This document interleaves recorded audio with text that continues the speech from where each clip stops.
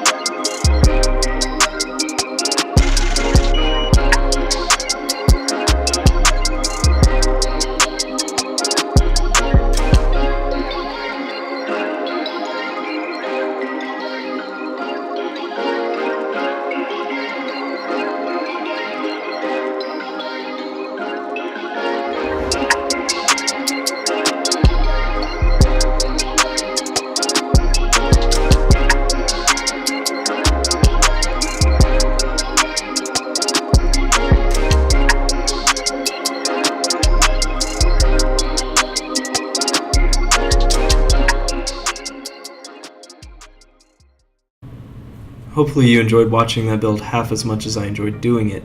I live for the build, and I'm glad that I can share the process with you guys. That's now behind us, but don't worry, this video is far from done. Now we're going to take a look to see what our hard work has earned us. I pitted the old setup head-to-head with our new rig using benchmarks from Cinebench R20, Unigine Heaven, Firestrike, and User Benchmark. I also threw in 3 games for testing at various settings for a little bit of real-world application. As you can see, first up is the Cinebench R20 CPU benchmark. This test is going to leverage Ryzen 7's higher core and thread count very well. You can see the X5650's results on the left-hand side of the screen at a respectable 1,913 points. Its 3.9 GHz overclock lent it some surprising power in this modern test, but it's not destined to win today. The Ryzen 7 1700 blazes past it with an absolutely impressive 3,761 points, a figure that's nearly double the score of the chip that it's replacing. Do remember to take results of benchmarking software like Cinebench with a grain of salt. These are not real-world application tests, they are just the raw performance of each CPU and only the CPU against each other. Next is User Benchmark, a program useful for assessing your overclock parts as well as your total system performance. Here I have assessed total system performance, and it uses a neat little grading mechanism by which it measures your workstation, desktop, and gaming performance based on a scale and a set standard that they have based on certain components. You can see here with the X5650 build, we achieved a 91%, as in 91% of the performance of that set benchmark PC, placing us at what User Benchmark terms a gaming nuclear submarine, which is a very solid and respectable result. Nothing to sneeze at. Breaking it down a little bit further, we can see that it measured up at 76.8% of User Benchmark's standard for CPU performance at 100%, and our graphics card, the 980 Ti, achieved 101%, so it is on par with what User Benchmark would consider an optimal gaming PC at 100%. Rolling into the Ryzen 7 results, we see we've gone from 91% of an overall score all the way to 104, earning us the title of Gaming UFO. Assessing the processor score, we've moved up from the 70th percentile to 95.6%, which is pretty huge and also definitely reflects those extra 2 cores and 4 threads that we have on tap.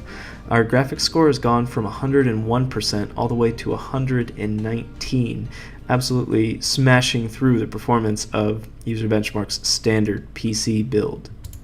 Our next test and the next opportunity to look at total system performance, one versus the other, is coming courtesy of Firestrike. The X5650 build puts up a respectable score with an overall score of 14,368. Now, important to note here that the combined score scored in the low 6,000s, and as we pan over to the next shot, you'll see why that is of interest. And moving on, we see the Ryzen 7 build with an absolutely superior score of 17,321 overall. With the graphics score, we went from about 18,000 up to 22,000, and the physics score took a healthy jump as well from roughly 13,000 up to 19. Now, getting back to that combined score, we see once again we're scoring in the low 6,000s, and actually a little bit lower somehow than the X5650 build. It doesn't quite make sense to me, and I'm gonna have to do some research to get an answer to you guys as to why that happened and why that is. If you know, please feel free to leave in the comment sections below so you can educate the rest of us, educate me on it. I'm definitely interested to see if someone out there has an answer. Moving on to Unigine Heaven, I made a pretty rookie mistake here, and I want to leave this mistake up, and I want to present you these results as kind of a lesson and a teaching point. I left tessellation cranked up. Now, this played to the advantage of the NVIDIA card, and it will always play to the advantage of an NVIDIA card, where the 980 Ti here scored 88.6 FPS to the RX Vega 56's 83.1, because NVIDIA cards will always be better at tessellation. Learn from my mistakes. And moving on from those mistakes, we see our first game, which is Star Wars Battlefront 2. I played Galactic Assault, and I took our average across 6 different matches, 2 of them indoor, 4 of them outdoor to get a good spread. Settings are cranked up to max. They don't go any higher, and we're playing at 1080p. Now the X5650 and 980 Ti rig got 112 average FPS with a 1% low of 74. Comparing that, we see the Ryzen 7 and the RX Vega 56 posted a huge improvement up to 142 average FPS with a 1% low of 84. Warhammer Vermintide 2 is tested at the extreme preset with ambient occlusion turned off. Our Xeon and 980 Ti system posted up a respectable 86 average FPS with a 1% low of 54. Coming to meet it was our new Ryzen 7 with the Vega 56, hitting 95 FPS and a 1% low of 65, while overall presenting a much smoother experience, granted that the 1% lows did not dip below 60. Bringing up the last of our gaming benchmarks is Apex Legends. We played this at very high with ambient occlusion off, and I'm going to go over 3 sets of data as you'll see an interesting sort of trend here. And the Xeon X5650 and the 980 Ti system put up an average of 79 FPS with a 1% low of 51. Now, this same system with the Vega 56 instead of the 980 Ti gave us 122 average FPS. And finally, pairing with our Ryzen 7 1700 and the Vega 56 gave us 132 average FPS with a 1% low of 89, confirming a suspicion I had in our last video where I thought that the Xeon was actually kind of holding us back somewhere, maybe more so in the RAM speed department than the CPU itself, given that the CPU is never at 100%. But it also shows in this comparison that some of the traits that we noticed about Apex Legends in our last video, I do encourage you to check that out to kind of see that trend. But overall, Apex does not like NVIDIA cards as much as AMD, and it doesn't like generations older than Pascal architecture within AMD or NVIDIA as well. So on 2 fronts, the 980 Ti suffers a loss in this game.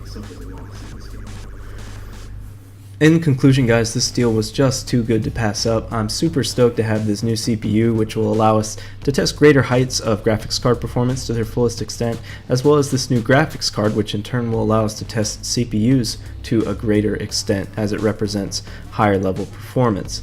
Thank you. Give your likes, comments, subscribes, and other suggestions down below. This has been another video from X-Ray Tech, giving you an inside look at PC hardware.